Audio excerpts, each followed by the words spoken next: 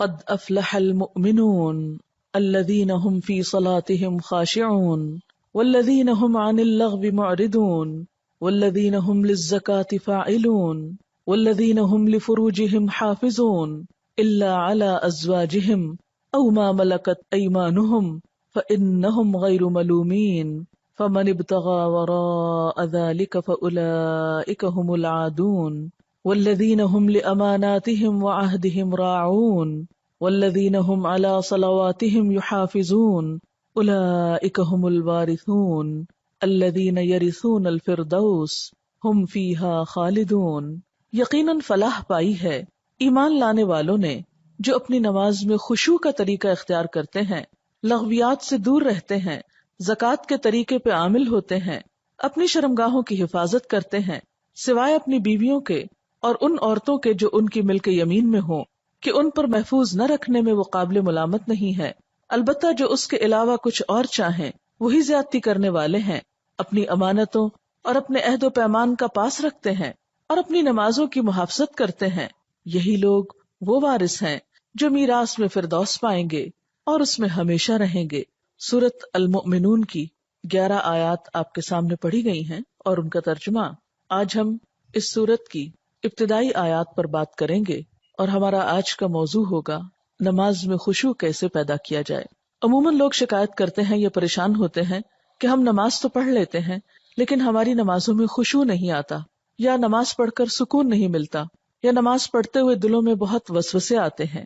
تو آئیے دیکھتے ہیں کہ ان آیات کی روح سے ہم اپنی نمازوں کو کیسے بہتر بنا سکتے ہیں اور نماز میں خشوع پیدا کرنے کا طریقہ کیا ہو سکتا ہے۔ الذین هم فی صلاتهم خاشعون، وہ لوگ کامیاب ہیں جو اپنی نمازوں میں خشوع رکھتے ہیں، خشوع اختیار کرتے ہیں۔ خشوع کا لفظ خ شین عین سے ہے جس کا معنی ہے سکون، ایسی نماز جس میں سکون ہو، دل کے اندر بھی اور ظاہری حرکات میں بھی، یعنی دل میں اللہ کا خوف ہو، اللہ ہی کی محبت ہو، اللہ کی طرف دھیان ہو، اور دل کے اندر یہ احساسات اتنے گہرے ہوں کہ انسان کے ظاہری رویے میں بھی نظر آ رہے ہوں، اس کے اعضاء پر بھی ان کا اثر ہو۔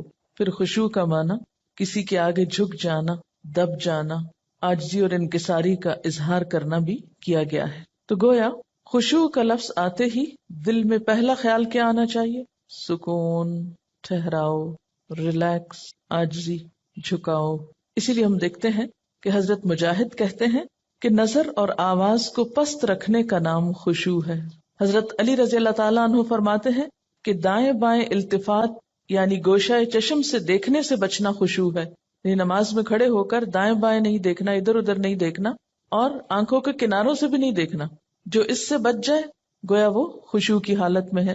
حضرت عطا فرماتے ہیں کہ بدن کے کسی حصے سے نہ کھیلنا خشوع ہے، یعنی نماز میں بے وجہ کھجانا یا کپڑے ٹھیک کرنا، ہلنا جلنا، آگے پیچھے ہونا، کبھی ٹانگ اٹھانا، کبھی انگلیاں مروڑنا، کبھی کچھ کرنا، کبھی ایک ٹانگ پہ بوجھ ڈال کے کھڑے ہو جانا، یہ سب چیزیں خشوع کے خلاف ہیں۔ حضرت ابو ذر رضی اللہ تعالی عنہ سے روایت ہے کہ رسول اللہ صلی اللہ علیہ وسلم نے فرمایا، اللہ تعالیٰ نماز کے وقت اپنے بندے کی طرف برابر متوجہ رہتا ہے جب تک وہ دوسری طرف التفات نہ کرے، یعنی بندہ جب رب کی طرف متوجہ رہتا ہے تو رب بھی بندے کی طرف متوجہ رہتا ہے۔ جب وہ دوسری طرف التفات کرتا ہے یعنی گوشہ چشم سے دیکھتا ہے تو اللہ تعالیٰ اس سے رخ پھیر لیتے ہیں، یعنی آپ کا دھیان اگر اللہ کی طرف رہا تو اللہ کی توجہ بھی آپ کی طرف، جو ہی آپ نے ادھر ادھر منہ کیا توجہ کی، اللہ نے بھی اپنا رخ پھیر لیا۔ نبی کریم صلی اللہ علیہ وسلم نے حضرت انس کو حکم دیا کہ اپنی نگاہ اس جگہ رکھو جس جگہ سجدہ کرتے ہو، اور یہ کہ نماز میں دائیں بائیں التفات نہ کرو، یعنی نماز کو خشوع کیا ہے؟ نگاہیں سجدے کی جگہ ہوں۔ اگر آپ اس عمل میں کامیاب ہو جائیں تو یقین مانے آپ کی نماز میں خشوع آ جائے گا۔ بہت سے لوگ یہ سمجھتے ہیں کہ شاید آنکھیں بند کر کے نماز پڑھنے سے زیادہ خشوع آتا ہے، جو کہ غلط فہمی ہے۔ ایسا کرنا پسندیدہ بھی نہیں، لگتا بہت آسان ہے کہ کچھ چیز نظر نہ آئے تو ہمارا دھیان زیادہ اللہ کی طرف ہو جائے گا، لیکن آج آپ نماز میں تجربہ کر کے دیکھیں، جو لوگ آنکھیں بند کر کے پڑھتے ہیں وہ آنکھیں کھول کر سجدے کی جگہ دیکھنا شروع کریں۔ اس میں یہ ہوتا ہے نا کہ جب ہم بچپن سے ایک طریقے پہ نماز پڑھ رہے ہیں، کبھی کسی نے ہمیں ٹوکا نہیں، کیونکہ ہم سب سے زیادہ مائنڈ اس وقت کرتے ہیں جب کوئی ہماری نماز کی اصلاح کرنا چاہے۔ عام طور پر اگر آپ لوگوں کو کسی بھی چیز سے روکیں تو وہ اتنا نہیں برا مناتے، لیکن اگر نماز کے بارے میں تھوڑی سی بات بھی کر دے تو ہائپر سینسیٹیو ہوتے ہیں، غصہ کرتے ہیں کیوں کہا. اگر مثلا کسی نے اگر دوپٹہ باریک لیا نماز میں تو اسے روکا جائے کہ نہیں یہ ٹھیک نہیں، یا اگر ٹخنے ننگے ہو رہے ہیں اور بتایا گیا، یا یہ کہ نماز کا طریقہ درست نہیں، اگر اس میں کسی نے تھوڑی سی بھی مداخلت کر دی تو ناقابل برداشت. تم ہوتے کون ہو مجھے کچھ کہنے والے. اس لیے عموماً لوگ اپنی عزت بچانے کو دوسروں کو چھوڑ دیتے ہیں. ٹھیک ہے جو چاہیں کریں، پھر کیا ہو سکتا ہے. جب کسی کو خود پرواہ نہیں، جب کوئی خود اپنی اصلاح نہیں چاہتا تو آپ کیا کر سکتے ہیں کسی کے لیے. اور بعض اوقات انڈائریکٹلی 20 بار سمجھانے کے باوجود بھی لوگ اپنا طرز عمل نہیں بدلتے. تو یاد رکھیے کہ جب تک طریقہ درست نہیں ہوگا خشوع نہیں آئے گا. تو خشوع لانے کے لیے نمبر 1 کہ سنت کے مطابق نماز پڑھنے کی کوشش کریں، اور اس میں سجدے کی جگہ پہ دیکھنا شروع کریں. نماز میں حرکت کم کریں. عموماً تو مجھے ٹیلی ویژن دیکھنے کا کبھی نہ موقع ملا ہے نہ موقع ہوتا ہے. تو اس رمضان میں جہاں ہم ٹھہرے ہوئے تھے تو وہاں پر ٹیلی ویژن تھے، تو رات کو حرم کی تراویح آتی تھی، تو مجھے بہت ہوتا تھا کہ اتنا قریب ہے ہم اور وہاں شریک نہیں ہو سکتے. تو میں اہتمام کے ساتھ تھوڑی دیر لگا کے دیکھتی تھی کہ اچھا آج کون سی آیات آ رہی ہیں، آج کیا ہو رہا ہے. تو اس میں نے خصوصی طور پہ غور کیا کہ جو امام ہوتے تھے ایسے لگتا تھا کہ پتھر کے بت ہیں جو ان کو بالکل کوئی حرکت نہیں. اور وہاں سے مجھے اپنی نماز کو چیک کرنے کا احساس ہوا کہ ایک جگہ پر نظر ہے. ہمارا حال کیا تھا، کبھی آنکھیں بند کر لیتے ہیں، اوپر سر کر رہے ہوتے ہیں، کبھی ادھر کر رہے ہوتے ہیں، کبھی نیچے کر لیتے ہیں، کبھی آنکھیں کھول لیتے ہیں، کبھی ادھر ادھر تھوڑا سا دیکھ لیتے ہیں. کیا خاک خشوع آئے گا؟ اگر آپ کسی کو خشوع کے ساتھ نماز پڑھتے دیکھیں تو آپ دیکھیں گے آپ کی نماز میں بھی آئے گا، یا آپ کے پاس اگر کوئی کھڑا ہو تو اس سے بھی آپ کو فائدہ ہوگا. لیکن اگر آپ واقعی چاہتے ہیں، کیونکہ اس تدبیر نے مجھے بہت زیادہ فائدہ دیا ہے، آنکھیں بند نہیں کرنی، آنکھیں کھلی رکھنی ہے، لیکن مسلسل سجدے ہی کی جگہ پہ دیکھنا ہے، ادھر ادھر نہیں دیکھنا، اور کم سے کم حرکت، ہلنا نہیں ہے. یہ 2 کام آپ کر لیں تو اندر بھی ٹھہراؤ آئے گا. اسی لیے خشوع کا معنی سب سے پہلے میں نے آپ کو سکون والا بتایا، سکون. اور جو اس طرح نماز پڑھے اس کی نماز کے بعد بھی اس کو ایک خاص سکون نصیب ہوگا. ہم نماز پڑھ کے بے چین اٹھتے ہیں بعض اوقات، کیا پڑھا، کبھی رونے بھی بیٹھ جاتے ہیں، کوئی فائدہ نہیں. یہ رونے دھونے سے کوئی زیادہ فائدہ نہیں ہے، یہ ایک لیم ایکسکیوز ہوتا ہے. رو کے اپنے آپ کو ہم خوش کر لیتے ہیں کہ ہم رو لیے، بس ندامت کے آنسوں نے سب غلطی دھو دی. ٹھیک ہے اس سے دھل جاتی غلطی، لیکن غلطی کی جب تک اصلاح نہ ہو تو محض رونا فائدہ نہیں دیتا، یا محض ندامت فائدہ نہیں دیتی. تو اس لیے 2 چیزوں پہ خصوصی توجہ کرنی ہے اگر چاہتے ہیں خشوع آئے. تو یہاں پر اللہ تعالیٰ فرماتے ہیں کہ صرف نماز پڑھنا ہی کافی نہیں، بلکہ نماز میں خشوع ضروری ہے. کس کے لیے؟ کامیابی کے لیے.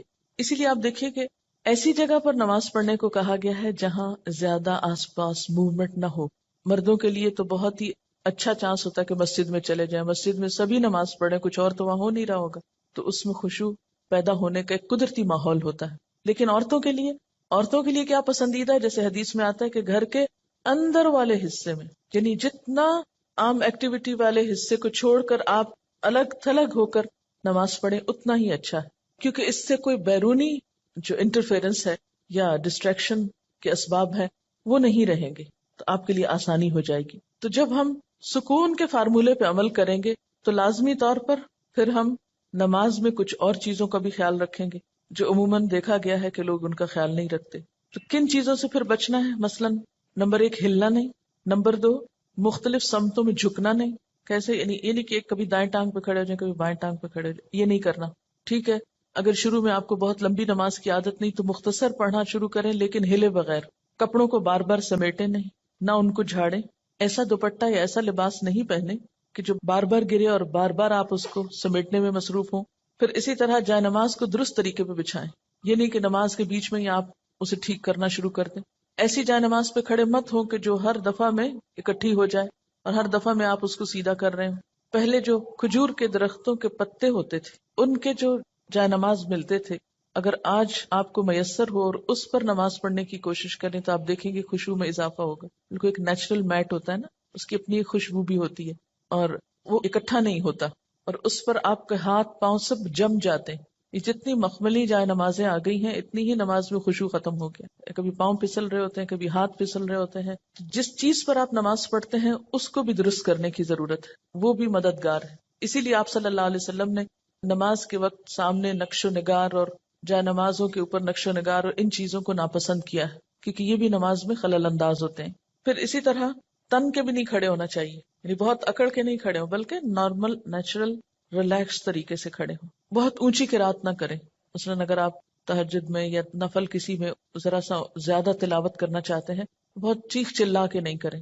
یا کہیں آپ امامت کرا رہے ہیں تو اس صورت میں بھی قرات میں عاجزی ہونی چاہیے، کیونکہ وہ بھی خشوع میں اضافہ کرے گی. اسی طرح گا گا کر تلاوت کرنا یہ بھی درست نہیں.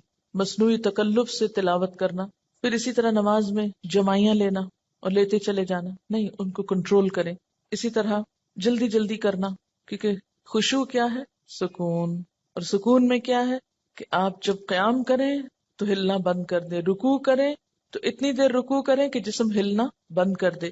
رکوع سے جب اٹھیں تو کھڑے ہو کر دوبارہ اتنا کھڑے ہوں کم از کم کہ آپ کا جسم ہلنا بند کر دے. پھر جب آپ سجدے میں جائیں ٹک جائیں اور اس وقت سر اٹھائیں جب تسبیحات پوری ہو چکی ہوں اور ہلنا بھی ختم ہو چکا ہو. یہ نہیں کہ آپ ایک کانسٹنٹ موومنٹ میں کھڑے ہوئے تو رکوع میں ہلتے ہلتے پھر کھڑے ہو گئے، پھر سجدے میں ابھی ہلنا بند نہیں تو پھر کھڑے ہو گئے اور پھر واپس پلٹ گئے. یہ ماری ماری نماز جو ہے جلدی کی، اس سے قطعاً خشوع نہیں آتا. خشوع کے لیے آپ کو ٹھہر ٹھہر کر آہستہ نماز پڑھنی ہوگی. اسی طرح اگر کوئی چیز نماز میں اذیت دے رہی ہو تو اس کو ہٹانا ضروری ہے، کیونکہ بعض اوقات جب ہم کہتے ہیں نا سکون اور ٹھہر جانا، تو اس میں ہم ایسا ٹھہرتے ہیں کہ کوئی چیز اگر ہمیں اس میں پریشان کر رہی ہے، چبھ رہی ہے، یا کوئی خارش ہو گئی یا کچھ، تو ہم اس کی طرف بھی توجہ نہیں دیتے. نتیجہ کیا؟ تو کچھ سمجھ نہیں آتا پڑھ کیا رہے. تو یہ ان نیچرل قسم کا سکون بھی طاری نہیں کرنا. اس میں کوشش کریں کہ کم سے کم موومنٹ سے اس سبب کو دور کر دیں. مثلاً اگر کہیں خارش ہوئی ہے تو ایک ہاتھ سے بس اس جگہ ہلکا سا دبا کے خارش کر دیں. یہ نہیں کہ ہلا ہلا کے خارش شروع کر دیں، یا کہ بالوں کو سمیٹنا شروع کر دیں، یا بالوں سے کھیلنا یا کپڑوں سے. یا بعض لوگ جیسے مرد حضرات حرم میں نماز پڑھ ہوتے تھے نا، تو وہ مختلف لوگوں کو دیکھ کے آپ اندازہ کر سکتے ہیں کہ کون کس طرح پڑھ رہا ہے نا، اور اس سے اپنے آپ کو کمپیئر کرتے ہیں کہ جب میں ایسی حرکت کروں تو میں بھی تو یہی لگتی ہوں گی. بعض لوگ داڑھی سے کھیل رہے ہوتے ہیں، بعض اوقات بال ٹھیک کر رہے ہوتے ہیں، بعض لوگ کپڑا ہی ٹھیک کرتے چلے جاتے ہیں. تو یہ ساری چیزیں جو ہیں ہل جل کی، یہ نماز کی خشوع میں اثر انداز ہوتی ہیں. پھر ایک اور مرحلہ ہے اور وہ ہے اندر کے خیالات اور سوچوں کا. بہت سے لوگ اس پر پریشان ہوتے ہیں. اگر آپ اس طریقے پہ عمل کریں گے، سجدے والی جگہ پہ دیکھنا ذرا شروع کریں، آپ دیکھیں گے خیالات کم ہو جائیں گے. بہرحال ہر شخص کا اپنا اپنا حساب ہو سکتا ہے. مجھے اس سے بہت فائدہ ہوا ہے، کیونکہ اللہ کے رسول صلی اللہ علیہ وسلم کی کوئی بات بھی حکمت سے خالی نہیں. تو خیالات دو طرح کے ہوتے ہیں. ایک ہوتا ہے خیالات کا آنا اور ایک ہوتا ہے خیالات کا لانا. آنے والوں کو تو آپ روک نہیں سکتے، پاسبل ہی نہیں.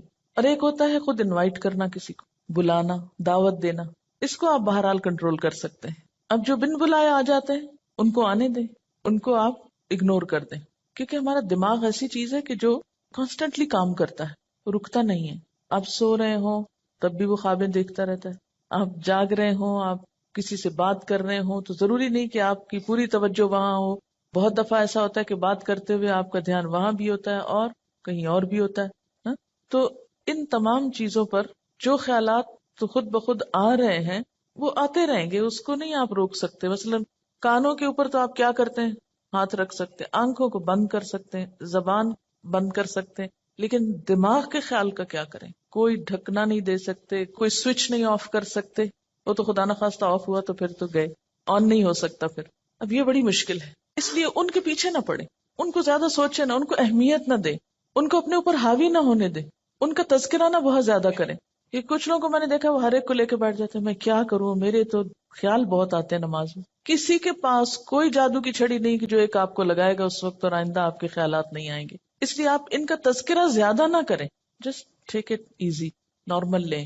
تو ہوتا ہی ہے تو آئیں گے، لیکن یہ نہ کریں کہ کوئی ایک خیال آ گیا ہے تو پھر اس کے آگے اور سوچیں. مثلاً اپنے کاموں کی پلاننگ وہاں کھڑے ہو کے شروع کر دیں. اور فرض نمازوں میں ایسا نہیں ہو سکتا، ایسا نہیں کیا جا سکتا. نفل میں اگر ہو جائے، جیسے حضرت عمر رضی اللہ تعالیٰ عنہ جو فوجوں کو ترتیب دینی ہوتی تھی تو نفل نماز شروع کر دیتے تھے. تو نوافل کی حد تک ٹھیک ہے لیکن فرض میں نہیں. پھر آپ دیکھیے کہ اگر آپ بدل بدل کے صورتیں پڑھیں گے، قرآن پاک کا کچھ حصہ ساتھ ساتھ یاد کرتے رہیں گے، تو آپ دیکھیں گے کہ اس سے بھی فرق پڑتا ہے. چینج سے یکسوئی آتی ہے. مثلاً ایک جگہ آپ کھڑے ہیں یا ایک جگہ آپ کام کر رہے ہیں تو بعض اوقات آپ کام نہیں کر پاتے اور بار بار آپ کو خیالات تنگ کرتے ہیں. اپنی پڑھائی کے دوران بھی آپ نے دیکھا ہوگا، آپ تھوڑی سی پوزیشن چینج کر لیتے ہیں، جگہ بدل لیتے ہیں، اٹھ کے جا کے پانی پی کے آ جاتے ہیں، یہ کچھ تو اس سے پھر فرق پڑ جاتا ہے. اسی طرح اگر آپ تلاوت یعنی قرآن پاک کا وہ حصہ جو نماز میں پڑھ رہے ہیں اگر آپ اس کو تبدیل کرتے رہیں تو فائدہ ہوگا. اس کے لیے طریقہ کیا ہو؟ کیونکہ آپ نے دیکھا ہوگا کچھ قرآن پاک آپ نے یاد کیا پھر وہ آپ کو بھولنے لگا. کوئی صورت اگر کچھ دن تک نہیں پڑھی اگلے دن نماز میں پڑھنے کھڑے ہوئے وہ اٹکنا شروع ہو گیا, آپ نے تنگ آ کے چھوڑ دی. ایسی چیزیں بہت نیچرل ہوتی ہیں. اس کا علاج کیا ہے؟ ایک پاکٹ سائز کا چھوٹا سا قرآن پاک کا نسخہ جو ہے وہ نماز کے وقت میں قریب رکھ لیں. میں نے ایک باسکٹ سی بنائی ہوئی, تو آپ کیا کریں, دعاؤں کے کارڈز, تسبیح اور جو قرآن پاک کا نسخہ, اگر آپ چشمہ لگا کے پڑھتے ہیں تو چشمہ, یہ ساری ضروری چیزیں جو ہیں اس کے اندر موجود ہوں. وہ آپ اپنے بیڈ روم میں, اپنے وارڈ روم میں کہیں ایک جگہ پر اس کو رکھ لیں. جو ہی نماز پڑھنے لگے جائے نماز بچھائی اور اٹھا کے وہ ٹوکری پاس رکھ لی. اچھا سنت پڑھ لی آپ نے, اب آپ نے ارادہ کیا کہ میں آج فلاں سورت پڑھوں گی اور آپ کو بھولی ہوئی ہے یا آپ سمجھتے ہیں کہ آپ کو یاد دہانی کی ضرورت ہے. کئی کئی جگہ ہوتے ہیں نا وہ شبے پڑ جاتے ہیں. تو آپ کیا کریں, شروع کرنے سے پہلے 1 سیکنڈ کے لیے ان جگہوں پر دیکھ لیں, اس کو پھر رکھ لیں, پھر آپ نماز پڑھیں. آپ انشاءاللہ وہ سورت بہتر طور پر پڑھ پائیں گے. جب آپ پڑھیں گے تو آپ دیکھیں گے کہ آپ کی واقعی نماز میں خوشی پیدا ہوگی, کیونکہ کچھ عملی تدابیر بھی ہوتی ہیں کہ یکسوئی والی جگہ ہو لیکن ساتھ ایسی چیزیں موجود ہوں. مثلا اگر آپ نوافل پڑھ رہے ہیں اور آپ تھک گئے ہیں بیچ میں, تو بجائے اس کے کہ اپنے اوپر زور زبردستی کر کے پھر کھڑے ہو جائیں, آپ بیچ میں تھوڑا بیٹھ بھی سکتے ہیں, یا یہ کہ سلام پھیر کر آپ دعاؤں کا کارڈ نکالیں, کچھ دعائیں پڑھ لیں, اس میں آپ ریلیکس بھی ہو جائیں گے اور ساتھ یہ ہے کہ دعائیں بھی مانگی جائیں گی اور اگلے 2 نفل جو ہیں وہ زیادہ یکسوئی کے ساتھ پڑھے جائیں گے. تو اس طرح کی کچھ عملی تدابیر جو ہیں وہ آپ کی نماز کو اچھا کر دیتی. اسی طرح اگر ماحول کو تھوڑا اور خوشگوار بنائیں, مثلا یہ کہ جا نماز کے اوپر اگر آپ تھوڑا سا عطر لگا لیں, یا یہ کہ آپ اس کو جھاڑ پٹک کے رکھیں, کچھ عرصے بعد اس کو دھو لیں, صاف کر لیں.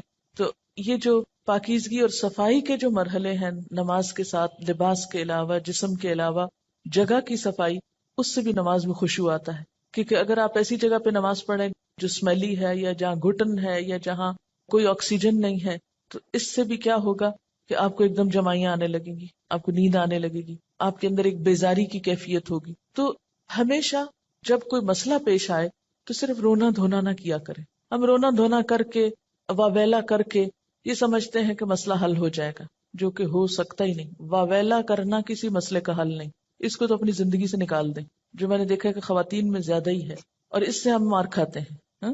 یعنی کوئی مسئلہ پیش آیا, ہائے کیا کروں, ہائے کیوں ہو گیا, ہائے, یہ سب نکال دیں.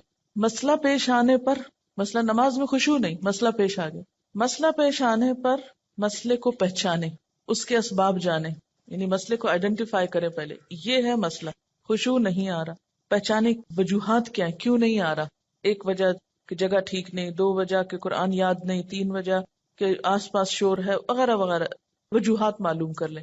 اور ایک ان سب وجوہات سے بڑی وجہ کہ نماز پڑھنے کے ٹھیک طریقہ ہی نہیں آتا, الفاظ کی ادائیگی درست نہیں نماز کی, تو وہ ہر وقت ایک گلٹ ہے اندر, پتہ نہیں ٹھیک پڑھ رہی ہوں کہ نہیں, پتہ نہیں ٹھیک پڑھ رہی ہوں کہ نہیں. یہ جب تک یہ گلٹ رہے گی نماز میں خوشی نہیں آئے گی. اس گلٹ کو دور کریں. اگر آپ کو مثلاً اتحیات پڑھنا نہیں آتا, دروشی پڑھنا نہیں آتا, سیکھ لیں کسی سے, بالکل شرم محسوس نہیں کریں, جتنا جلدی ہو سیکھ لیں. کیونکہ اگر درست علم ہوگا تو آپ دیکھیں گے کہ اس سے بھی آپ کو سکون آ جائے گا. سارے مسائل کی وجوہات جانیں اور پھر ایک ایک کر کے وجہ کو دور کرنے کی کوشش کریں. اگر آپ سمجھتے ہیں کہ وجہ دور آپ سے خود نہیں ہو رہی تو کسی سے مشورہ کر لیں کہ اس مسئلے کا حل کیا ہو سکتا ہے. لیکن مسئلے کو سب سے پہلے آپ خود پہچانیں. کبھی یہ نہ کہا کریں بار بار مجھے نہیں پتا کہ یہ کیوں ہے. نہیں, کیوں نہیں پتا, پتا ہونا چاہیے. اللہ نے آپ کو عقل دی, سمجھ دی, جاننے کی کوشش کریں. اور پھر اس کے بعد یہ ہے کہ اس کا حل کریں, اور اس معاملے میں بے صبری نہ کریں. بہت سے مسائل کے حل میں وقت لگتا ہے, اس وقت کو اویل کریں, اور صبر کے ساتھ آہستہ آہستہ آپ دیکھیں گے کہ انشاءاللہ وہ مسئلہ حل ہوتا جائے گا. اور سب سے بڑی بات یہ کہ پھر اللہ تعالیٰ سے خوب خوب دعا کریں کہ اللہ تعالیٰ تو میری نماز میں خشوع دے دے, مجھے نماز کا شوق دے دے, مجھے نماز کی محبت دے دے, نماز کو میری آنکھوں کی ٹھنڈک بنا دے. اس طرح کی جو بھی دعائیں آپ کے دل میں آئیں, آپ دیکھیے کہ مانگنے کے لیے آپ کے اندر سے بات اٹھنی چاہیے نا. دعا کوئی مصنوعی چیز نہیں ہے کہ کوئی مانگ رہا ہے تو آپ اس کو دیکھ کے آپ بھی شروع کر دیں. اس کی ضرورت آپ کو خود محسوس ہونی چاہیے کہ یہ چاہیے مجھ کو, یہ مانگنا ہے مجھے, اس کے بغیر میرا گزارا نہیں ہو رہا. تو جس طرح دنیا کی چیزوں کے لیے ہم تڑپ تڑپ کے مانگتے ہیں, اسی طرح دین کے لیے بھی, اپنی آخرت کے لیے بھی تڑپ تڑپ کے مانگنا سیکھیں. تو انشاءاللہ آپ دیکھیں گے کہ اللہ تعالیٰ کی رحمت بہت قریب ہے. پھر ایک اور بات یہ ہے کہ جہاں اٹکاؤ ہو وہاں صدقہ کریں، یعنی جو صدقہ ہے ہر رکاوٹ کو دور کرنے کا ذریعہ ہوتا ہے، اس سے آپ دیکھیں گے کہ گرہیں کھلیں گی. اور صدقے کے لیے بھی ضروری نہیں کہ کوئی بہت بڑی اسپیشل چیز آپ تیار کریں، جمعرات کا انتظار کریں اور پھر اس میں کھانا پکائیں اور پھر اس میں کوئی مخصوص لوگوں کو بلائیں اور کھلائیں یا کوئی اور اس طرح کا مصنوعی کام کریں. اس کے لیے کیا ہے، فوری طور پر کسی کے ساتھ کوئی بھلائی کر لیں، اور کوئی نہیں تو جو سامنے سے آ رہا ہے اس کو دیکھ کے مسکرا لیں. اسی طرح آگے بڑھ کے سلام کریں. ان چھوٹی چھوٹی چیزوں میں دوسروں کی مدد جو ہے یہ سب صدقے کے کام ہے. اور ساتھ یہ ہے کہ پھر اللہ کے راستے میں مال خرچ کرنا، اپنی پسندیدہ چیز دوسرے کو دے دینا، اسی طرح کی چھوٹی چھوٹی چیزیں. تو آپ دیکھیں گے کہ وہ اندر کی گرہیں کھلیں گی نا تو باہر کی خود بخود کھلنے لگیں گی اور آپ ریلیکس ہو جائیں گے. اور اس خشوع کے ساتھ نماز جو ہے کامیابی کا ذریعہ ہے. اگرچہ مکمل کامیابی آخرت میں ہوگی، لیکن دنیا میں بھی آپ دیکھیں گے کہ آپ کو ہر مشکل کا حل، جیسے نبی صلی اللہ علیہ وسلم کا طریقہ تھا، کیا تھا کہ جب بھی آپ کو کوئی مشکل معاملہ پیش آتا فوراً نماز پڑھتے. وہ نماز پھر ایک بوجھ نہیں رہے گا. بخاری اور مسلم میں ہے، حضور صلی اللہ علیہ وسلم سے پوچھا گیا کہ سب سے زیادہ محبوب عمل اللہ کے نزدیک کیا ہے؟ آپ نے فرمایا نماز کو وقت پر ادا کرنا. پوچھا گیا پھر؟ فرمایا ماں باپ سے اچھا سلوک کرنا. پوچھا گیا پھر؟ فرمایا اللہ کی راہ میں جہاد کرنا. جہاد کرنا اگرچہ ضروری ہے لیکن وہ بعد میں ہے، پہلے اپنی نمازیں درست کر لیں اور وقت پہ پڑھیں.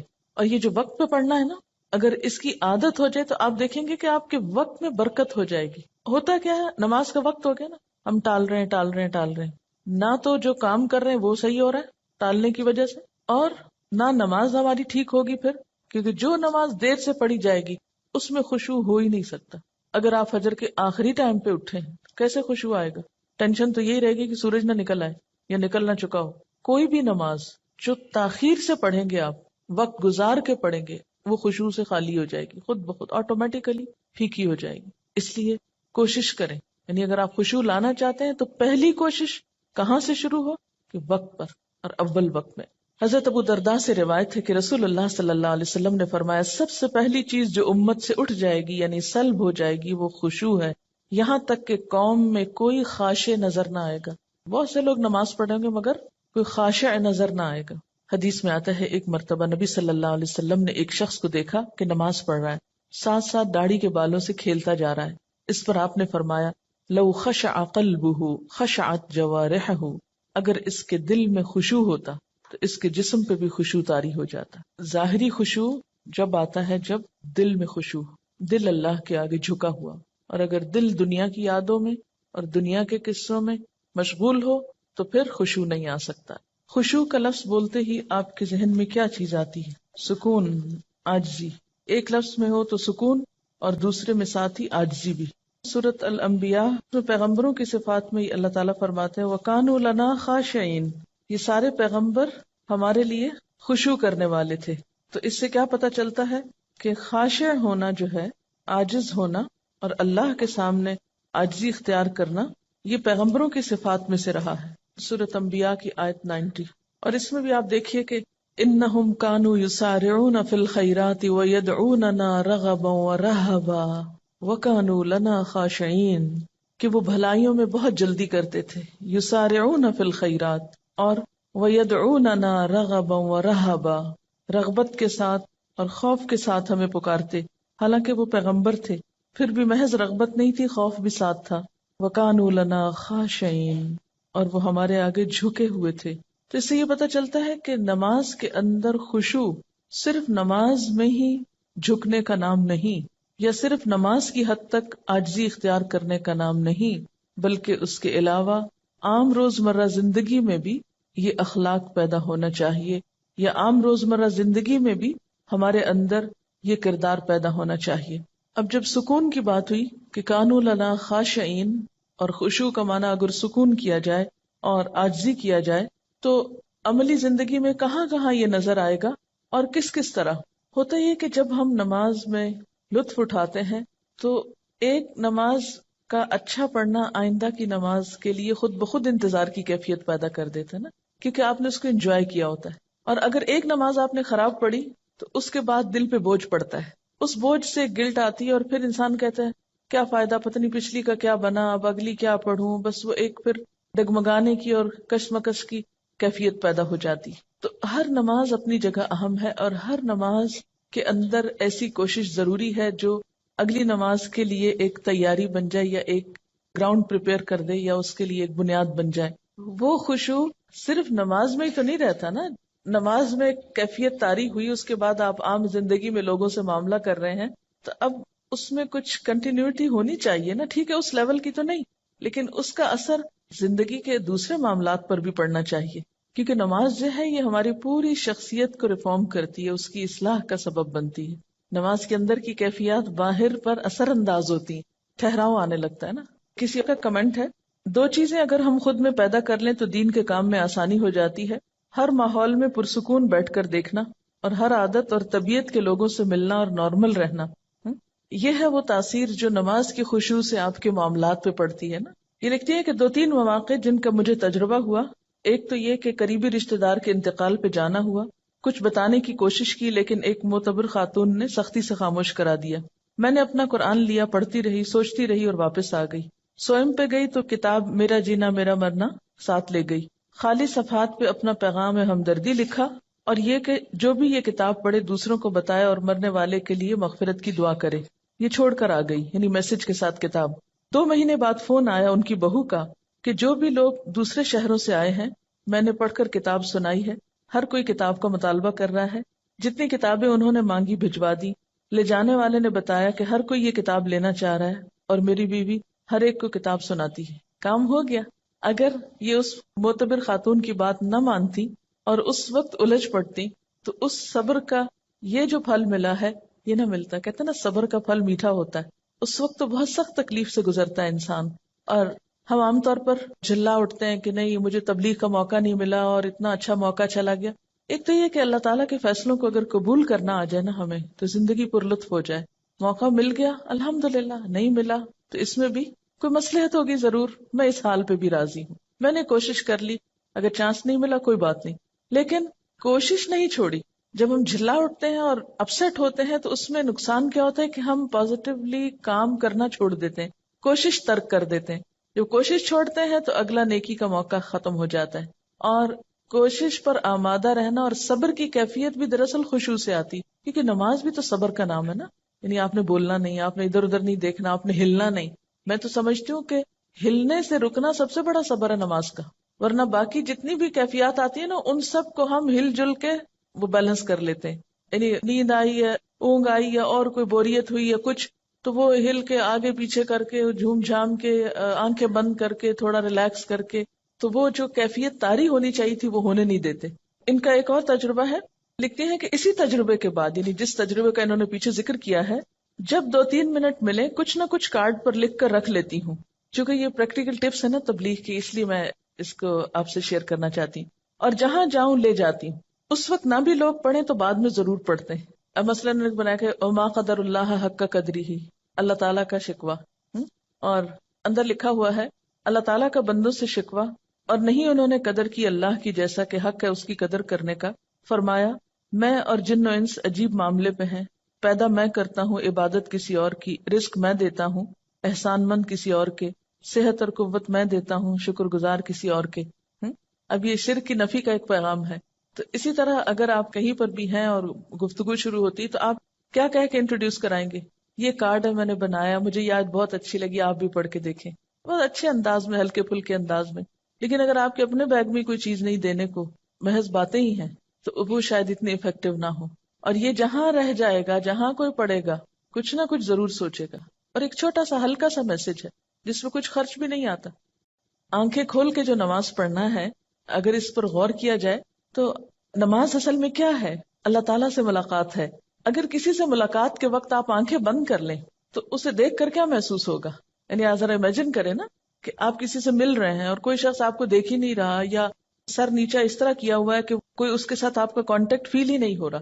تو اسی طرح اگر ہم اللہ تعالیٰ کے آگے کھڑے اور آنکھیں بند کر کے کھڑے ہیں، اور آپ یقین کیجئے کہ جو ہی آپ آنکھیں بند کرتے ہیں نا تو آپ اپنے خیالوں میں خود بخود کھونے لگتے ہیں. وہ ایک ریلیکسیشن کی کیفیت ہوتی ہے نا فوراً. حتیٰ کہ میں نے یہ تک تجربہ کیا ہے کہ اگر میں نے سجدے پر نگاہ اگر کانشیسلی نہیں رکھی، ذرا سی نگاہیں پھیری تو یوں لگا جیسے گئے. یعنی اگر غور سے سجدے کی جگہ کو فالو کیا جائے تو اس کا ایفیکٹ اور ہے. اور اگر ذرا سی بھی نگاہیں جیسے ہوتی ہیں نا کہ فوکس نہیں رہتی اور آپ ادھر ادھر ذرا سے ان کو ڈھیلا کر دیتے ہیں تو اس سے بھی ایک دم یوں لگتا ہے شیطان نے اچک کے لے لیا اپنا حصہ، فوراً خیال بھٹکنے لگتا ہے. یعنی آنکھیں بند کر کے اگر آپ اپنی پوزیشن پہ بھی غور کریں، ابھی تجربہ کر کے دیکھ لیں تو آپ دیکھیں گے کہ آپ اپنے بارے میں بھی لاسٹ ہو جائیں گے کہ آپ کی پوزیشن کیا ہے. تو کسی سے ملاقات کے وقت آنکھیں بند کر لینا یہ ملاقات کے ادب کے خلاف ہے. تو اللہ تعالیٰ کے سامنے جب انسان کھڑا ہو تو ایک اچھے حال میں کھڑا ہو. انسان کے اندر جب بے سکونی ہوتی ہے تو انسان پھر سکون لغویات میں تلاش کرتا ہے، پھر وہ لغو کی طرف مائل ہوتا ہے. لیکن جب اپنے ذات کے اندر ٹھہراؤ آ جاتا ہے، سکون آ جاتا ہے، تو پھر کیا ہوتا ہے؟ انسان کو ایسی چیزوں سے دلچسپی نہیں ہوتی، اس کا اس میں پھر دل ہی نہیں لگتا. نماز میں جب آپ سجدے کی جگہ پر دیکھتے ہیں تو اس میں آپ کا جو اپنی پوزیشن ہے وہ بھی بہت بیلنسڈ ہو جاتی ہے. نہ تو آپ بہت زیادہ سر جھکا بیٹھتے ہیں، نہ آپ سر زیادہ اٹھا سکتے ہیں، یعنی بالکل ایک صحیح اینگل پہ آپ جا کے ادب اور احترام کے ساتھ کھڑے ہوتے ہیں. انسان کے اندر اللہ نے یہ رکھا ہے عبادت کا جذبہ اور جھکنے کا، لیکن انسان کی جو انا ہے اور سرکشی ہے وہ اس کو ختم کر کے رکھ دیتی. اصل میں نماز میں ایک طرح سے وہ آپ کی ایکسرسائز ہو رہی ہوتی ہے نا، سکون سے کام کرنے کی بھی، کیونکہ موجودہ دور کی جو زندگی ہے اس میں ہر طرف حرکت ہی حرکت ہے، شور ہی شور ہے، ہنگامہ ہے. آج کے دور کی زندگی ایک فاسٹ لائف ہے نا، ایک ہنگامہ خیز زندگی. اس میں شعوری سکون حاصل کرنے کے یا شعوری سکون کی کیفیت طاری کرنے کے موقع بہت کم آتے ہیں.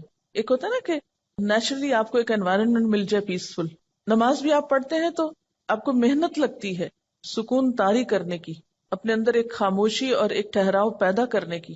تو جب نماز کے اندر آپ کنسنٹریشن اختیار کرتے ہیں یا کنسنٹریشن لانے کی پریکٹس کرتے ہیں تو اس سے آپ کی زندگی میں جو دوسرے کام ہیں ان میں بھی آپ کو کنسنٹریٹ کرنے کا بہتر موقع ملتا ہے.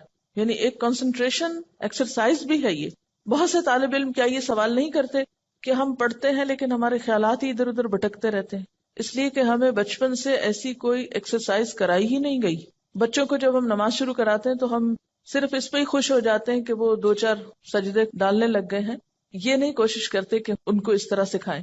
اگر آپ سب اپنے اپنے گھر میں یا آس پاس جو بھی ہو بچوں کو نماز پڑھتا دیکھیں، صرف پیار سے تھوڑی سی بات کریں کہ نماز میں آپ نے صرف اس جگہ دیکھنا ہے. میرے خیال ہے کہ بچوں کے اندر بھی جو ہائپر ایکٹیویٹی ہے، ہر وقت اچھل کود ہنگامہ، اس کو بھی اس طرح کنٹرول کیا جا سکتا ہے کہ اگر دن میں 5 دفعہ وہ ٹک کے ایک جگہ چاہے چند لمحوں کے لیے ہی وہ دیکھیں ایک خاص مرکز پر. آپ کو پتا کہ ہپنوٹائز کرنے کا طریقہ کیا ہوتا ہے؟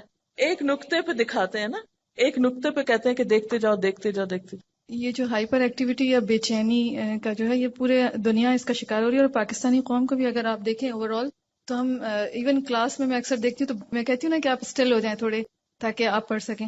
تو جاپان میں بچوں کے اوپر وہ کہتے تھے کہ ان کی جو ینگ جنریشن ہے وہ بہت امپلسو ہے اور ایک دم یعنی فوراً ریئیکشن کرتی ہے، تو وہ یہ سوچ رہے تھے کہ وہ ان کو کس طریقے سے سیلف کنٹرول کرنا سکھائیں. اور اس میں انہوں نے آف کورس کچھ ریسرچز کر کے کہا تھا کہ اگر یہ صبح میں کوئی ردم والی چیز باواز بلند پڑھیں اور نیچر کے زیادہ قریب جائیں. اور میں یہ سوچ رہی تھی کہ اللہ سبحانہ تعالیٰ کتنی خوبصورتی سے ایک سیلف کنٹرولنگ کا کتنا خوبصورت ایک اکوپمنٹ دے رہے ہیں، ایک اسٹریٹجی دے رہے ہیں کہ بس یہ اگر کریں، اور تلاوت ہے اور پھر فوکس ہے ایک فوکل پوائنٹ پہ. اور اگر اس طریقے سے بچوں کی تربیت کی جائے تو نو ونڈر کہ انشاءاللہ اگلی جنریشن جو ہے وہ تو کم از کم سکون والی کیا ہے، اور جو امپلسو بیہیویئرز ہیں وہ نہ ہو پائیں. خشوع کا اثر ہمارے باہمی قریبی تعلقات پر بھی پڑنا چاہیے.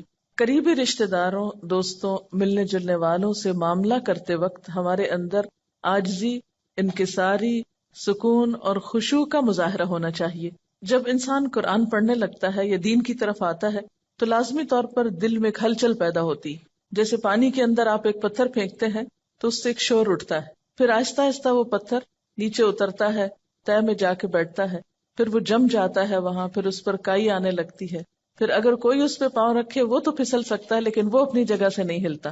تو بالکل اسی طرح ہمارے اندر بھی ایک ایسا سکون اور ایک ایسی کیفیت آنی چاہیے کہ ہم کسی کی بات کے جواب میں کسی کے ساتھ معاملہ کرتے وقت ایسا نیگیٹو ری ایکشن شو نہ کریں کہ دین کی ایک بدترین مثال پیش کریں. ایمان کے لطف اور حلاوت محسوس ہوتی ہے نا ان آیات کو پڑھ کر. یعنی اس خشوع کا اثر زندگی پر پڑنا چاہیے نا. نماز میں کیا ہوتا ہے؟ دل میں اللہ کی یاد ہے، زبان پہ اللہ کا ذکر ہے اور ایک ٹھہراؤ ہے. تو بالکل اسی طرح نماز کے بعد بھی جب ہم زندگی کے عام معاملات اختیار کرتے ہیں تو اس میں بھی ہمارے دل میں اللہ کی یاد ہونی چاہیے، خاموش لمحات میں اس کا ذکر ہونا چاہیے. اور اس کے علاوہ ہمارے پوری شخصیت کے اوپر ایک ٹھہراؤ نظر آنا چاہیے. یعنی یہ سکون ہمارے چہروں پر، ہماری چال میں، ہمارے معاملات میں، ہماری ہر چیز میں محسوس ہونا چاہیے. تب ہم اسلام کے صحیح نمائندے ہوں گے. پیس یعنی ایک اپنے آپ کو ٹیسٹ کرنے کا مقام بھی ہے یہاں پر. افلاح اور فلاح میں کامیابی دنیا اور آخرت دونوں کی ہے. تو دنیاوی اعتبار سے کامیابی کا مطلب یہ نہیں ہے کہ ہم دنیاوی اعتبار سے کسی بہت بڑے سٹیٹس کے حامل ہو جائیں. اصل کامیاب انسان وہ ہے کہ جس کے اپنے اندر سکون اور جس کی زندگی میں ایک خاص قسم کا وقار ہے. وہ کہیں پر بھی ہے، من پسند حالات میں ہے یا ناپسندیدہ حالات میں ہے، لیکن وہ ٹھہرا ہوا ہے. طوفان آ رہا ہے، آندھی آ رہی، کچھ آ رہا ہے، وہ ٹھہرا ہوا ہے، وہ پرسکون ہے، اس میں ایک جماؤ ہے. یہ ہے دراصل کامیابی. یعنی آخرت کی کامیابی تو کل پتہ چلے گی، لیکن آج اپنے آپ کو ٹیسٹ کر کے دیکھیں کہ کیا یہ کیفیت پیدا ہو رہی ہے. اس میں پھر آپ دیکھیں گے اس کا اثر آپ کی گفتگو پر بھی پڑے گا، آپ کے معاملات پہ پڑے گا، لین دین پہ پڑے گا، حتیٰ کہ لسننگ کی ہیبٹ جو ہے اس پر بھی پڑے گا کہ ہم سکون سے سنیں گے. ورنہ کیا ہوتا ہے، آدھی بات سنتے ہیں اور آدھی بات سننے سے پہلے ہی جواب بھی شروع کر دیتے ہیں، اور یہاں سے معاملات میں گڑبڑ اور جھگڑے شروع ہو جاتے ہیں. اور سنانے والے کو چپ کرانا پڑتا ہے کہ ایک دفعہ سنو. تو اس سے پتہ چلتا ہے نا کہ ایک شخصیت میں گہرائی پیدا ہوتی، شیلونس ختم ہوتی. جو گہرا برتن ہوتا ہے تو اس میں اگر پانی ہو تو جتنا بھی آپ اس کو ہلائیں چھلکائیں، جتنے بھی اس کو جھٹکے لگائیں، کیا ہوتا ہے، باہر نہیں آتا، تو اندر ہی اچھل کے اندر ہی بیٹھ جاتا ہے. لیکن جب شیلو برتن ہوتا ہے، کم گہرا ہوتا ہے، تو تھوڑا سا پانی بھی اس کے اندر نہیں ٹک کے رہتا، فوراً باہر چھینٹے آتے ہیں. خشوع کے ساتھ پھر روب بھی آتا ہے. حضرت عیسیٰ علیہ السلام کے بارے میں آتا ہے نا کہ وجیہن فی الدنیا والآخرہ، تو پھر وہ ایک وجیح شخصیت جو ہے وہ جنم لیتی. اب آپ دیکھیں کہ اتنی ساری صفات ہیں، سب سے پہلے خشوع کا ذکر کیوں آیا؟ کیونکہ اگر یہ پیدا ہو گیا تو باقی چیزیں خود بخود پیدا ہوتی جائیں گی. نماز میں اگر وہ خاشع ہیں تو عملی زندگی میں جتنی بھی ٹیمپٹیشنز ہیں، جتنی بھی ڈسٹریکٹ کرنے والی چیزیں ہیں، ان سے وہ بچنے کی صلاحیت ان کے اندر پیدا ہو گئی. اسی لیے لغو سے بھی اعراض کر رہے ہیں، کیونکہ اگر نماز میں خشوع نہیں تو لغو سے بچا نہیں جا سکتا. پھر جب لغو سے بیزاری ہوتی ہے تو کچھ کرنا تو ہے، اس لیے ہم للزکاۃ فاعلون، تزکیہ کے کاموں کی طرف ان کی سرگرمیاں بڑھ جاتی، اچھائی اور بھلائی اور خیر کے کاموں میں سرگرم ہو جاتے ہیں. پھر ان کی خاص ذاتی زندگی میں بھی بہت طہارت اور پاکیزگی ہے، پاک دامنی ہے، حیا ہے، باوجود اس کے کہ معاشرے کے اندر حرام طریقے موجود ہیں سیٹسفیکشن کے، لیکن وہ ان سب سے اجتناب برتتے ہیں، اور جس چیز کو اللہ نے ان کے لیے جائز اور حلال قرار دیا وہ اسی سے جم کے رہتے ہیں. کیونکہ صبر ہے نا، جس شخص کے اندر خشوع نہ ہو، صبر نہ ہو، وہ صرف حلال تک پھر رہ ہی نہیں سکتا. اس کی نگاہ بھی خیانت کرے گی، اس کا دل بھی خیانت کرے گا. اسی لیے آپ دیکھیں گے پھر آگے امانت اور عہد کی پابندی، امانت اور عہد کا پاس رکھنا. امانتوں کی ادائیگی جو ہے اس میں بھی آپ دیکھیں گے کہ ٹھہراؤ کی ضرورت ہے. مثلا امانت میں خیانت جو ہے وہ صرف مال کی نہیں بلکہ مثلا نگاہ کی خیانت. اگر آپ کے اپنے دل میں ایک چین ہے، ایک سکون ہے، تو آپ ادھر ادھر نگاہیں نہیں اٹھائیں گے، حرام چیز کی طرف آپ نگاہ نہیں لے جائیں گے. اتفاق سے چلی بھی جائے تو واپس لے آئیں گے، حلال پہ روک لیں گے. گفتگو میں خیانت، اس سے بھی بچ جائیں گے، کیونکہ ٹھہراؤ ہے اندر تو سوچ کے بات کریں گے نا. جب اندر ہی ٹھہراؤ نہیں تو جو منہ میں آیا بولتے چلے جائیں گے. پھر اسی طرح طبیعت میں قناعت پیدا ہوتی، جو قناعت ہوگی تو کسی کے مال سے دلچسپی نہیں ہوگی. کسی نے امانت رکھی اس کی طرف بھول کے بھی خیانت کا خیال نہیں آئے گا. پھر امانت میں یہ چیز بھی ہے کہ جو چیز اپنے لیے پسند کرو وہی دوسرے کے لیے، جیسے المستشار مؤتمن، مشورہ جس سے لیا جائے وہ امانت دار ہوتا ہے. جس کے اپنے اندر ٹھہراؤ ہوگا وہی دوسرے کو اچھا مشورہ دے گا، دوسرے کے لیے خیرخواہی اور بھلائی کے جذبات رکھے گا. الدین والنصیحہ، دین سراسر خیرخواہی کا نام. اور اگر آپ کے اپنے اندر وہ سکون نہیں، وہ سوچنے سمجھنے کی صلاحیت نہیں، تو دوسروں کے معاملے میں آپ کے فیصلے بے صبری پر مبنی ہوں گے، جس کی وجہ سے آپ بار بار خیانت کا مرتکب ہو سکتے ہیں. پھر اسی طرح اپنی ڈیوٹیز کو پورا کرنا، یہ بھی ایک ٹھہراؤ والا شخص ہی کر سکتا ہے، ورنہ اپنی ذمہ داریوں کے اندر بھی خیرخواہی نہیں ہو سکتی. عہد کی پابندی بھی وہی کر سکتا ہے جس کے اندر ایک ٹھہراؤ ہو، جو رک کے سوچ سکے. عام طور پر عہد کی پابندی کیوں نہیں ہو پاتی؟ کیونکہ ہم بھولتے رہتے ہیں ہر وقت. یہ بہت زیادہ بھولنے کے سلسلے بھی ٹھیک ہے، حافظے کی خرابی ایک الگ چیز ہے، ایج فیکٹر الگ چیز ہے، بیماری الگ چیز ہے، لیکن ایک عام نارمل انسان ہر عہد کر کے کیوں بھول جائے؟ اس لیے کہ وہ فوکسڈ نہیں ہے، وہ اپنے کاموں میں اپنی زندگی میں آرگنائزڈ نہیں ہے. اور پھر اینڈ دوبارہ اسی پر کہ والذین هم علی صلواتہم یحافظون، پیچھے صلاتہم آیا، یہاں صلوات جمع کا صیغہ ہے، ساری نمازوں کی حفاظت کرتے ہیں. یعنی صرف خشوع پر ہی فوکس نہیں، بلکہ نماز سے متعلق جتنی بھی چیزیں ہیں ان سب کے بارے میں کانشیس ہوتے ہیں. جیسے کہ آپ سب کو معلوم ہے کہ مارکیٹ میں جو ہے نا وہ سکسیس لٹریچر بہت زیادہ اویلیبل ہے کہ کیسے بہت زیادہ سکسیسفل بنے، اور ویسٹ میں بہت زیادہ اس پر کام ہوا ہے کیونکہ وہ لوگ کامیاب ہونا چاہتے تھے. ہم لوگ تو چونکہ احساس ہی نہیں ہے اس لیے ہم کامیاب بھی نہیں ہونا چاہتے تھے. انہوں نے بہت ریسرچ وغیرہ کی ہے. تو میں نے اتفاق سے کچھ ایک آدھ کتاب پڑھی ہے اس سے متعلق. تو اس میں یہ ہے کہ سائیکالوجسٹ کی ریسرچز اور بہت سارا انہوں نے سالوں سال ریسرچ کر کے بہت ساری ڈفرینٹ چیزیں انہوں نے، کسی نے کہا 7 لائز of success, 7 keys of success, 7 habits of highly effective people, this and that. لیکن اور اس کے اندر وہ کہتے تھے کہ آپ کو ایموشنلی، آپ کو مینٹلی اتنا اسٹرانگ ہونا چاہیے کہ آپ کو دنیا کوئی کچھ بھی کہے تو آپ اندر سے اتنے سیکیور ہوں کہ آپ کو کوئی آپ کو ہلا نہ سکے، بلکہ آپ اپنے مقاصد پہ فوکس کریں. اور ایک جو سائیکالوجسٹ جو یہودی تھا وکٹر فرینکل، اس نے بھی یہ کہا تھا کہ آپ کے کوئی بھی کام جو آپ کو اسٹیمیولس ہوتا ہے اور آپ کے رسپانس سے پہلے آپ رکنا آپ کو ضروری ہے، اور یہ اللہ سبحانہ تعالیٰ نے انسان کے اندر رکھا ہے. لیکن میں ہمیشہ یہ سوچتی تھی کیسے ہوگا، جیسے وہ کہتے تھے کہ اپنی ذات پر آپ کو فوکس کرنا ہے اور دوسروں کو نہیں دیکھنا ہے اپنی. تو اب یہ کیسے، یہ کام کیسے ہو؟ ہمیشہ وہ ایک کوشچن مارک رہ جاتا تھا کہ ٹھیک ہے انہوں نے بتائی ہوئی ٹپس، لیکن وہ اس چیز کا ویکیوم پورا نہیں کرتی تھی مجھے کبھی بھی، کہ مجھے اس کا ایک طرح سے وہ کی پوائنٹ مل گیا نا، لائک دس واز دا کی وچ واز مسنگ، کہ اچھا اگر سکسیس شروع کرنی ہے تو اس کا پہلا اسٹیپ تو یہی ہوگا کہ while you are saying your prayers you should focus on Allah subhanahu wa ta'ala ذات and whatever you are doing. اور لائک جیسے فزیکلی اگر ہم کر رہے ہیں تو ایک سجدے کی جگہ کو ہم فوکس کریں. اس فوکس کرنے سے اب اگر آپ دیکھیں کہ وہ جو اسٹلنس ہے، میں نے ایک کتاب پڑھی تھی اس میں تھا کہ آپ کی فزیکل اسٹیٹ جو ہے وہ آپ کی مینٹل اسٹیٹ کو جنم دیتی ہے. یعنی جس فزیکل اسٹیٹ میں آپ بیٹھے ہیں، جیسے آپ لوگوں سے بھی کئی دفعہ میں نے بات کی ہے کہ اسٹریٹ بیٹھے ہیں تو آپ ایکٹیو فیل کریں گے، آپ کا برین وہی ہارمون سیکریٹ کرے گا.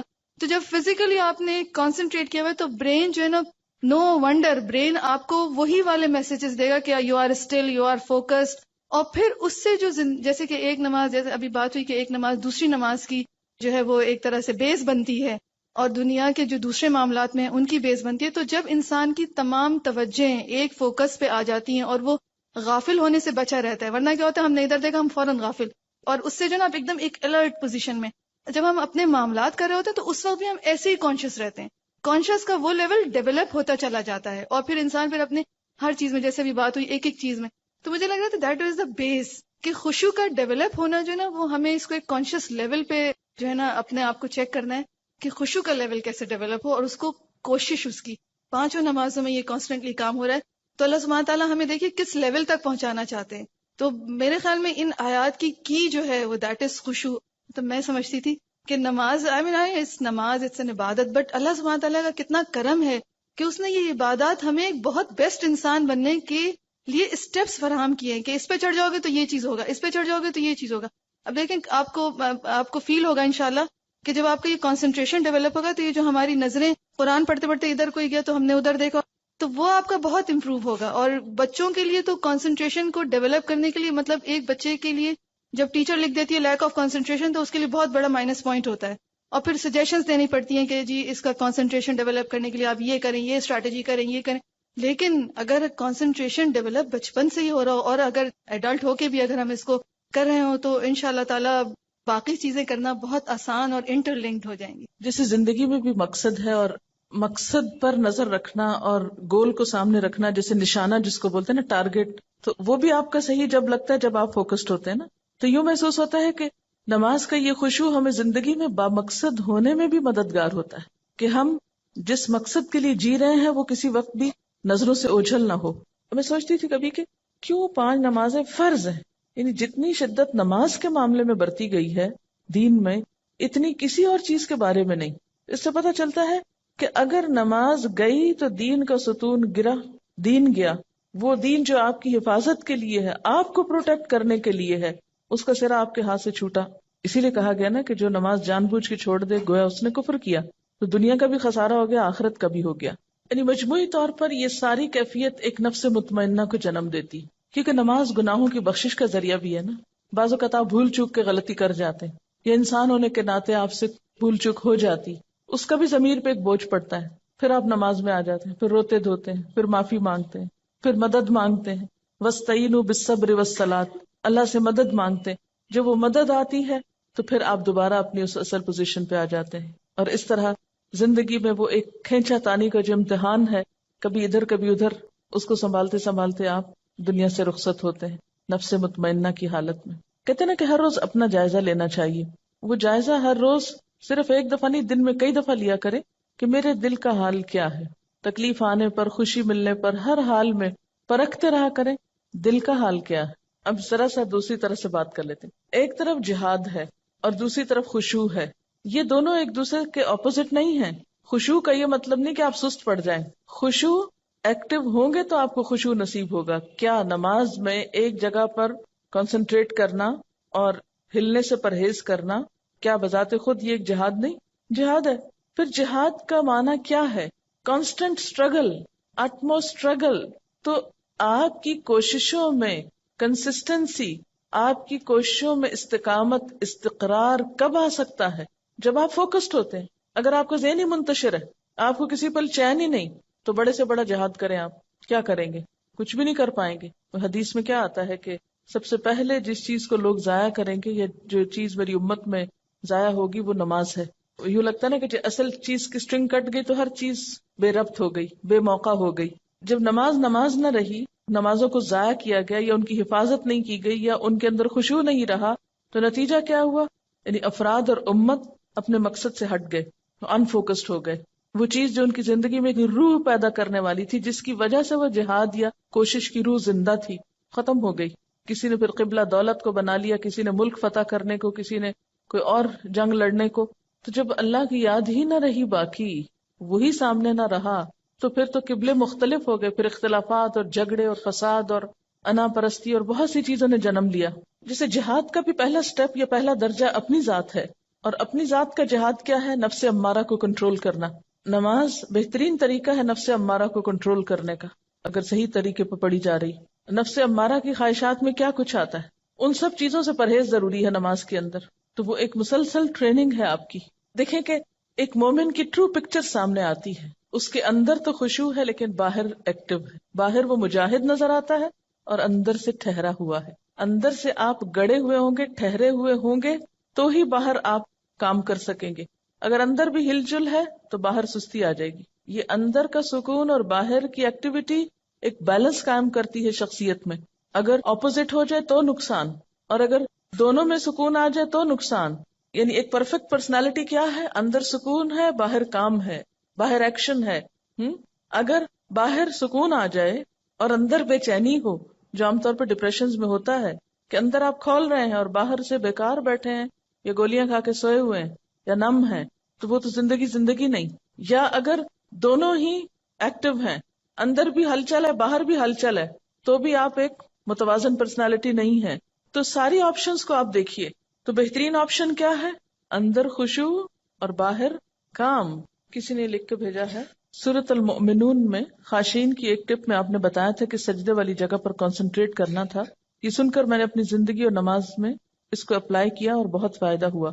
یہی بات ایک دفعہ میں نے ایک میگ میں پڑھی تھی کہ زمین کو یا ایک ہی جگہ پر کنٹینیوسلی دیکھنے سے، اسپیشلی زمین کو دیکھنے سے، ہمارے خیالات اس میں ایبزارب ہوتے ہیں. کیونکہ کھلی آنکھوں سے آنے والے خیالات ذہن میں ریز کی شکل میں ایبزارب ہوتے ہیں، اور بند آنکھوں میں وہی خیالات امیجنیشن کی شکل اختیار کر لیتے ہیں.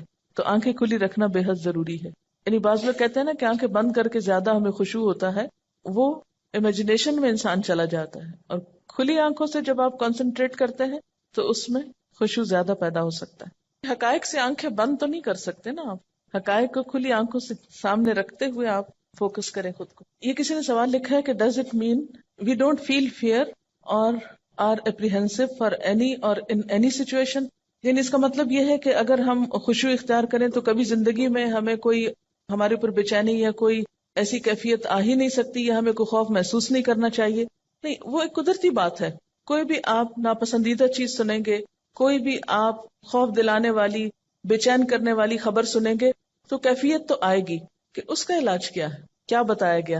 یعنی یہ نہیں کہا کہ یہ کیفیات آئیں گی نہیں، کہ یو ڈونٹ فیل فیئر، خوف ہوگا، آپ کے تفکرات ہوں گے، آپ کی وریز ہوں گی، لیکن جو ہی کچھ ایسی کیفیت آنے لگے اور ابھی فرض نماز کا وقت دور ہو تو ان بٹوین کیا کرو؟ پھر مصلی پہ آ جاؤ. پھر فوکس ہو جاؤ، پھر اس سے مانگو، ٹھہراؤ آنے لگے گا. نبی صلی اللہ علیہ وسلم کا طریقہ کیا تھا کہ جب کوئی پریشانی کی بات آتی فوراً نماز کی طرف رجوع کرتے، اور پھر نماز کا اگر انسان حق ادا کرے تو خود بخود وہ چیزیں جو ہیں دوبارہ آپ کو اصل پر لے آئیں گی. اور اس میں ایک چیز یہ بھی ہے نا کہ خوف کی جو کیفیت ہے یا کسی بھی فکر اور پریشانی کی، وہ باہر سے زیادہ آپ کے اپنے اندر جس لیول کا وزن آپ اس کا محسوس کرتے ہیں وہ زیادہ امپورٹنٹ ہے. تو نماز آپ کے اندر ایسی اسٹرینتھ لے آتی ہے کہ وہ چیز ہوتی تو ہے لیکن اس کا پریشر یا اس کا جو وزن ہے آپ اپنے اوپر کم محسوس کرتے ہیں، یا اس سے اچھی طرح آپ ڈیل کر سکتے ہیں، یا اچھی طرح اس کو فیس کر سکتے ہیں، یا اس سے نبٹ سکتے ہیں. پھر وہ آپ کے اوپر حاوی نہیں رہتی. کسی لکھا ہے کہ بہت سے لوگ اندھیرے میں نماز پڑھتے ہیں کہ خشوع زیادہ ہوتا ہے. بالکل اندھیرے میں نماز پڑھنا بھی منع ہے، پتہ ہے آپ کو؟ بالکل اندھیرے میں نماز نہیں پڑھی جا سکتی. اچھا دیکھیے کہ خشوع پیدا کرنے کے کچھ تو آرٹیفیشل طریقے ہیں، خود ساختہ، جو درست نہیں ہے. وہ وقتی طور پر تو ہو سکتا ہے آپ کو بہت خوشنما یا بھلے معلوم ہو، اور کچھ وہ طریقے ہیں جو سنت سے ثابت ہیں. اور آپ دیکھیے کہ احسان کی کیفیت بھی جبھی آ سکتی ہے کہ ان تعبد اللہ کأنک تراہ، کہ تم اللہ کی عبادت ایسے کرو گویا تم اس کو دیکھ رہے ہو. آنکھیں بند کر کے تو نہیں دیکھ رہے ہو نا. فإن لم تکن تراہ فإنہ یراک. تو آخری بات یہ ہے کہ ظاہری خشوع جب آتا ہے جب دل میں خشوع، دل اللہ کے آگے جھکا ہوا. اور اگر دل دنیا کی یادوں میں اور دنیا کے قصوں میں مشغول ہو تو پھر خشوع نہیں آ سکتا. وآخر دعوانا ان الحمد للہ رب العالمین. سبحانک اللہم وبحمدک نشہد ان لا الہ الا انت نستغفرک ونتوب الیک. والسلام علیکم ورحمۃ اللہ وبرکاتہ.